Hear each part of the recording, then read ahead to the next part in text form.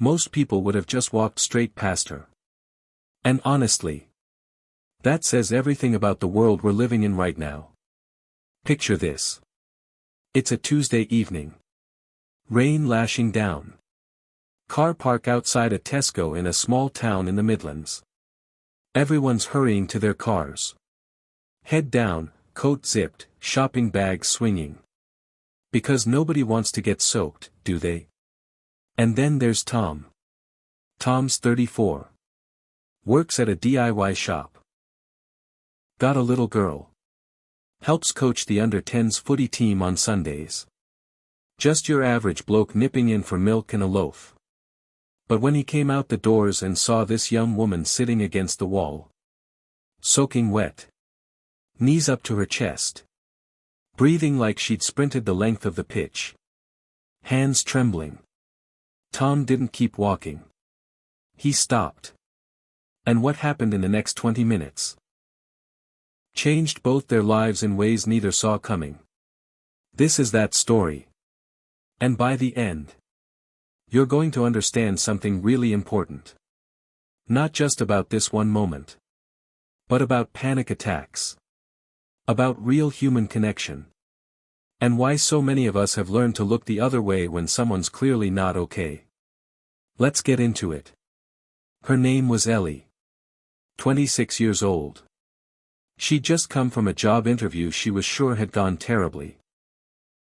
Already a rough week. Actually, a rough few months. She'd moved to a new city 6 months earlier. Didn't have many close mates nearby. Had been quietly battling anxiety for years. What most people don't realize about panic attacks is they don't always look like the films. Not always screaming or collapsing dramatically.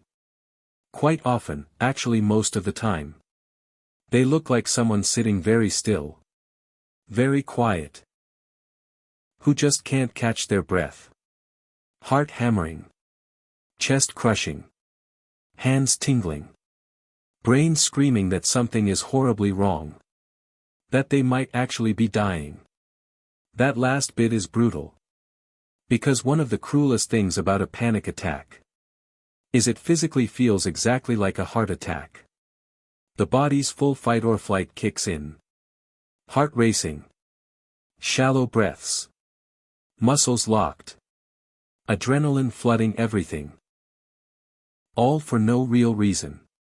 Just a misfire in the brain. And the body follows. Ellie had had them before. But this one hit her right there in the car park. She didn't even make it to her car. Sat down against the wall. Thinking it'd pass. Then the rain started properly. The cold made everything worse. And nobody stopped. For about 10 minutes. People just walked by. Some glanced over. A few looked longer. One woman slowed. Looked like she might stop. Then carried on. Ellie said later. Those 10 minutes of pure loneliness made the panic worse. Because on top of the racing heart, the dizziness, the tightness, she also felt completely invisible. That's when Tom walked out. Here's what made Tom different. He wasn't a doctor. Not a therapist. No fancy certificate. What he had was real-life experience. His younger sister had lived with severe panic disorder for years. Growing up, Tom had seen her through attacks. Sat with her. Learned, not from books, but from being there. What actually helped. And what made it worse. He knew you never say, calm down. Because that does nothing. Usually makes it worse. Now they're panicking and feeling stupid for not being able to stop. Impossible when your nervous system's in full alarm. He also knew the next worst thing is to make it awkward. Standing over them. Talking too loud. Bombarding with questions. Getting your phone out. Drawing eyes. So Tom did something dead simple. He walked over slowly. Crouched down to her level. And said quietly. Hey. I'm not going anywhere. You're all right. That was it. First words. Ellie looked up. Didn't know this bloke from Adam.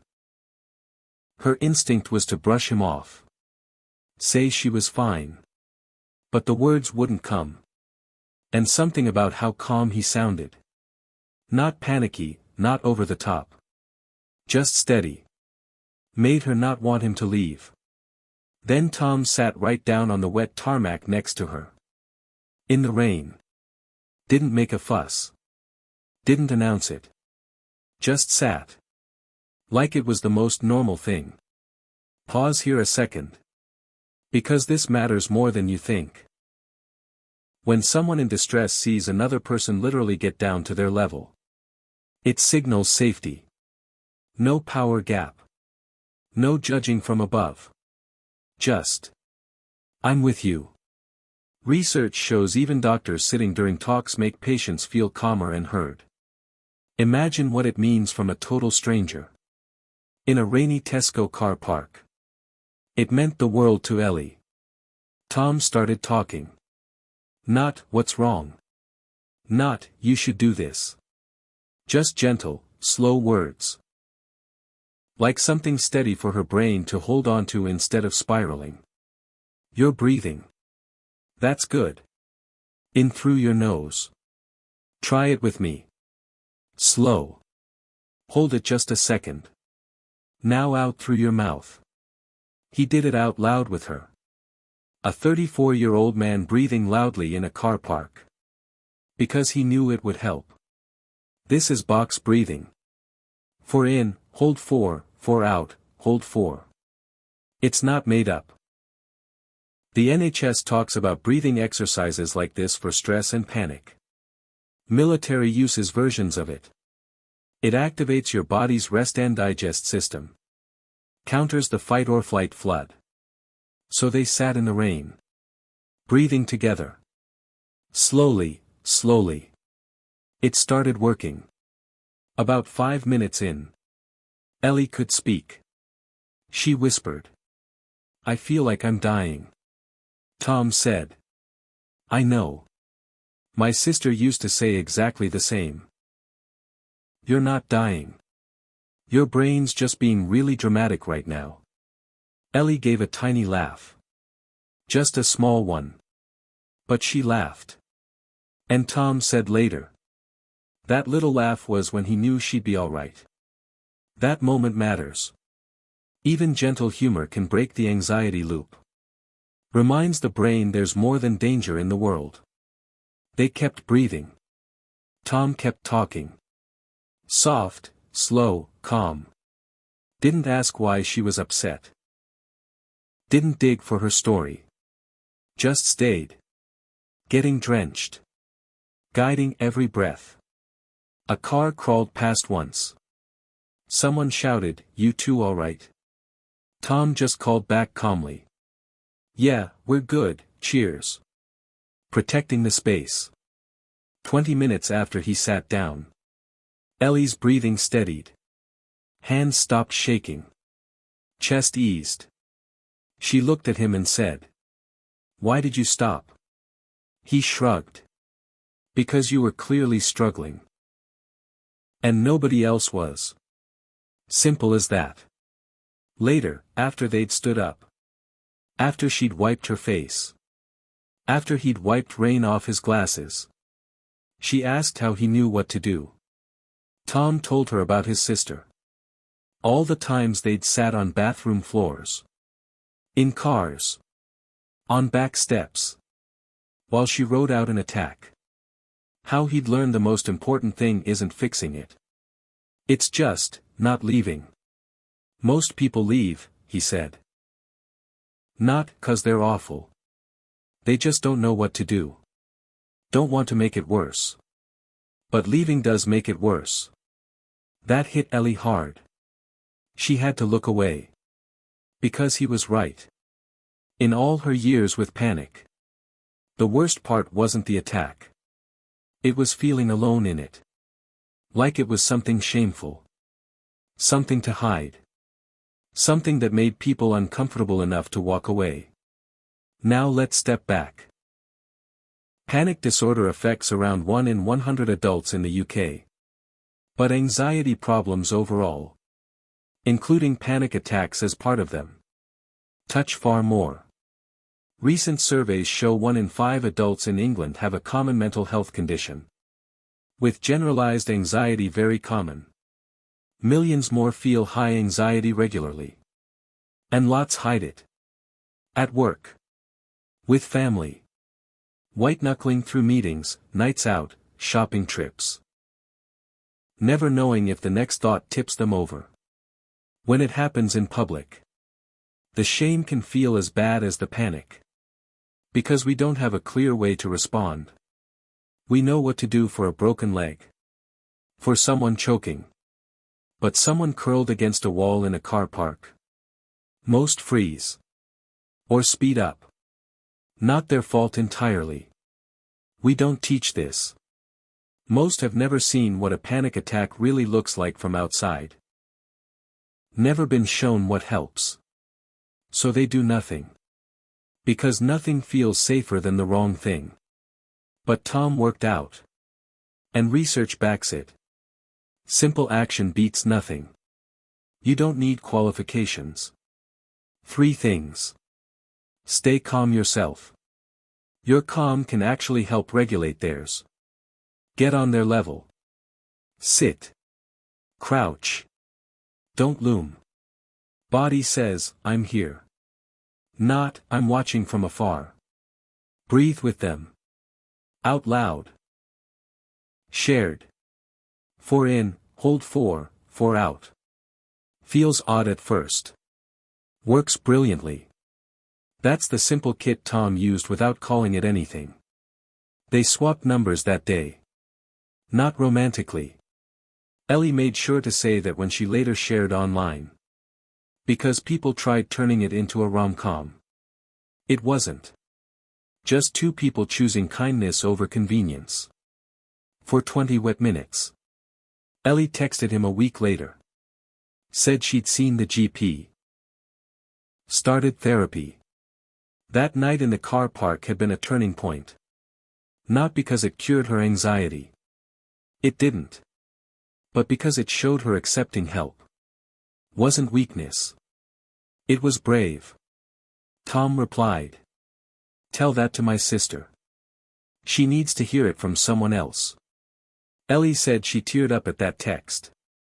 Because even the helpers carry their own stuff. Tom wasn't just helping a stranger. In a small way. He was probably helping his sister too.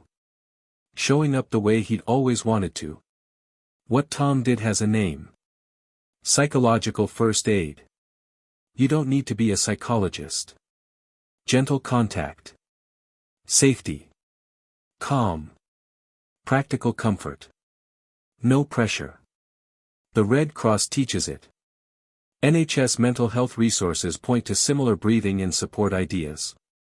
But most ordinary people don't know it exists. It's not in schools.